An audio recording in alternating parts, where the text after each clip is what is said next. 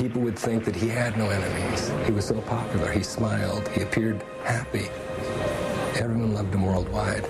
But what people don't seem to understand is behind the scenes, he was making changes, and he was making them decisively, and he was taking some very, very daring steps. He was committed to pull out of Vietnam. By October, he had signed a document, an SAM 263, to that effect. 1,000 troops home by Christmas, and all personnel out of Vietnam by 1965. But that wasn't very good for the military-industrial complex. Is abolishing the Central Intelligence Agency, pulling their teeth, holding them to task, back to why they were originally created by Truman.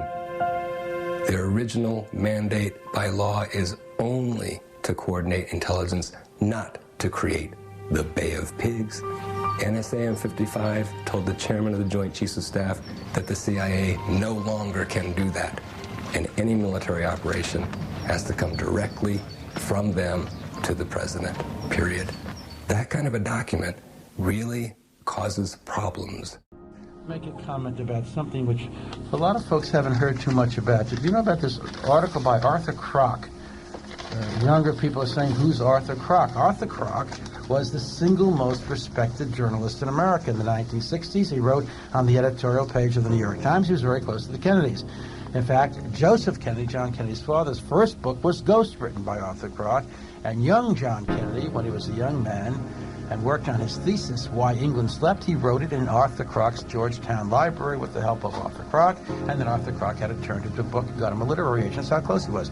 John Kennedy, when he wanted to speak to the American people, talked to Arthur Krock, and Arthur Krock would publish material. This is October 3rd, 1963, editorial page of the New York Times.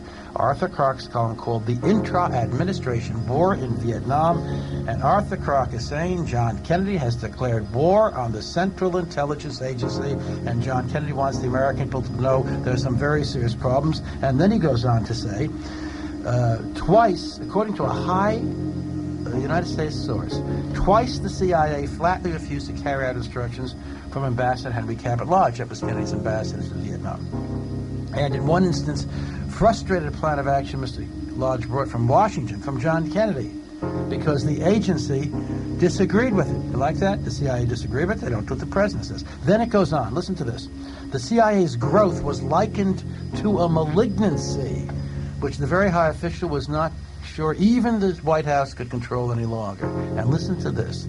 If the United States ever experiences an attempt at a coup to overthrow the government, it will come from the CIA. That's John Kennedy talking to the American people in October. The next month they blew his head off. And there's the Warren Commission, and they don't ask Arthur Krock, where'd you get this information that John Kennedy was talking, or someone on his behalf was talking, to you about the CIA being possibly involved in a coup. If there was a coup, it would come from the CIA.